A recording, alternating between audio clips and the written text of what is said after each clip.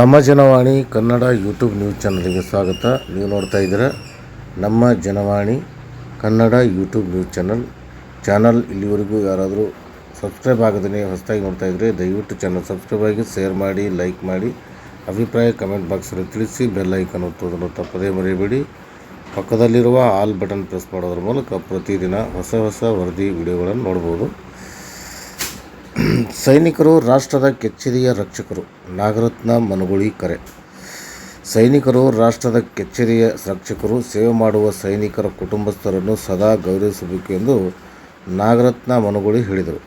ತಾಲೂಕಿನ ಕನ್ನೊಳ್ಳಿ ಗ್ರಾಮದ ಹಣಮಂತ ದೇವಾಲಯದಲ್ಲಿ ಶನಿವಾರದಂದು ಭಾರತಾಂಬೆಯ ಹೆಮ್ಮೆಯ ಕುವರ ಸಿದ್ಧಲಿಂಗ ಚಂಪಾರ್ಸ್ನಳ್ಳಿ ಇವರು ಭಾರತೀಯ ಅಗ್ನಿವೀರ ಸೇನೆಯ ಸೇವಾ ತರಬೇತಿ ಪಡೆದು ಪ್ರಥಮ ಬಾರಿಗೆ ಗ್ರಾಮಕ್ಕೆ ಆಗಮಿಸಿರುವ ನಿಮಿತ್ತ ವಿಶೇಷ ಸನ್ಮಾನ ಸಮಾರಂಭದಲ್ಲಿ ಅವರು ಭಾಗವಹಿಸಿ ಮಾತನಾಡಿದರು.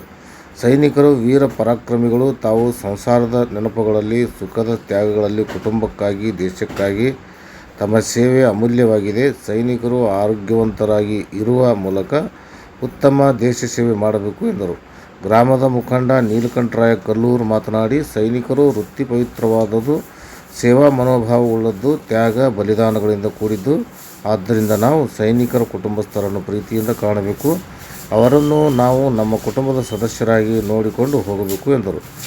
ಬಂದಾಳದ ಯುವ ಮುಖಂಡ ನಿಂಗನಗೌಡ ಬಿರಾದಾರ್ ಹಾಗೂ ಶಿಕ್ಷಕ, ಮಕ್ಕಳ ಸಾಹಿತಿ ಬಸವರಾಜ್ ಅಗಸರ್ ಮಾತನಾಡಿ, ನಮ್ಮ ದೇಶದ 4 ದಿಕ್ಕುಗಳಿಗೂ ನಮ್ಮ ಯುವ ಉತ್ಸಾಹದ ಸೈನಿಕರು ಹಗಲಿರುಳು ಎನ್ನದೇ ನಮ್ಮ ದೇಶದ ರಕ್ಷಣೆಯನ್ನು ನೀಡುವರು. ಅದೇ ಪ್ರಕಾರವಾಗಿ ಸಿದ್ದು ಪಾರ್ಸ್ನಳ್ಳಿ ಅಗ್ನಿವೀರ ಸೈನಿಕನಾಗಿರುವುದು ಹೆಮ್ಮೆಯ ವಿಷಯವಾಗಿದೆ. ಸಿದ್ದು ಪ್ರಾಮಾಣಿಕ ವ್ಯಕ್ತಿ, ಜಾಣ ವಿದ್ಯಾರ್ಥಿ ಎಂದು ಬಣ್ಣಿಸಿದರು. ಸಮಾರಂಭದಲ್ಲಿ ಸಿದ್ದಣ್ಣ ಸಾವುಕಾರ್ ಕಲ್ಲೂರು, ಯೋಗಪ್ಪ ಪಾರ್ಸ್ನಳ್ಳಿ, ಲಕ್ಷ್ಮಣ್ಣ ಪಾರ್ಸ್ನಳ್ಳಿ, ರಾಮಣ್ಣ ಬಿರಾದಾರ್, ಗ್ರಾಮ ಪಂಚಾಯಿತಿಯ ಮಾಜಿ ಅಧ್ಯಕ್ಷ ಶ್ರೀಶೈಲ್ ಬಿರಾದಾರ್ ಮತ್ತು ಚಂದಪ್ಪ ಶಂಕರಪ್ಪ ಪಾರ್ಸ್ನಳ್ಳಿಯವರು ಮತ್ತು ಅಪಾರ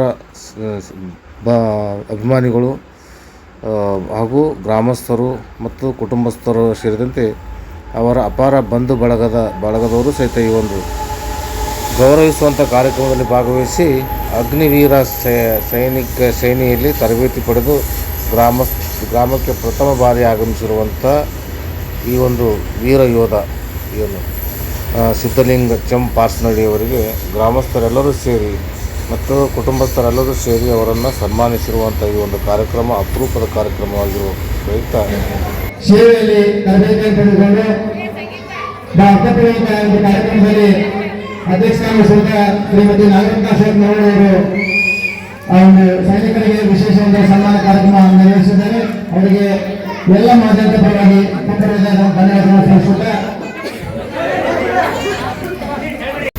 ಈ ಒಂದು ವರದಿಯನ್ನು ಪ್ರಸಾರ ಮಾಡ್ತಾ ಇದ್ದೀನಿ. ಈ ಸಂದರ್ಭದಲ್ಲಿ ಗ್ರಾಮಸ್ಥರೆಲ್ಲರೂ ಸೇರಿದಂತೆ ಕುಟುಂಬಸ್ಥರು ಇವರನ್ನು ಗೌರವಿಸಿದರು, ಸನ್ಮಾನಿಸಿದರು.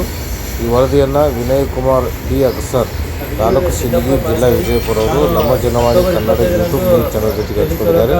ಅವರಿಗೆ ಧನ್ಯವಾದಗಳು. ಅಲ್ಲಿ ನನಗೆ 7 ತಿಂಗಳು 15 ದಿನ ಕಂಪ್ಲೀಟ್ ಆಗಿ ನನ್ನ ಟ್ರೈನಿಂಗ್ ಹೊಳ್ಳಿ ನನಗೆ ಪೋಸ್ಟಿಂಗ್ ಜಮ್ಮು ಕಾಶ್ಮೀರ ಹಾಕಿದ್ದಾರೆ.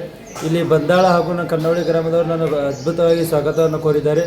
ಅವರಿಗೆ ತಮ್ಮೆಲ್ಲರಿಗೂ ಕೋರಿಕೆ ನಾನು ಧನ್ಯವಾದ ಕೋರ್ತೇನೆ.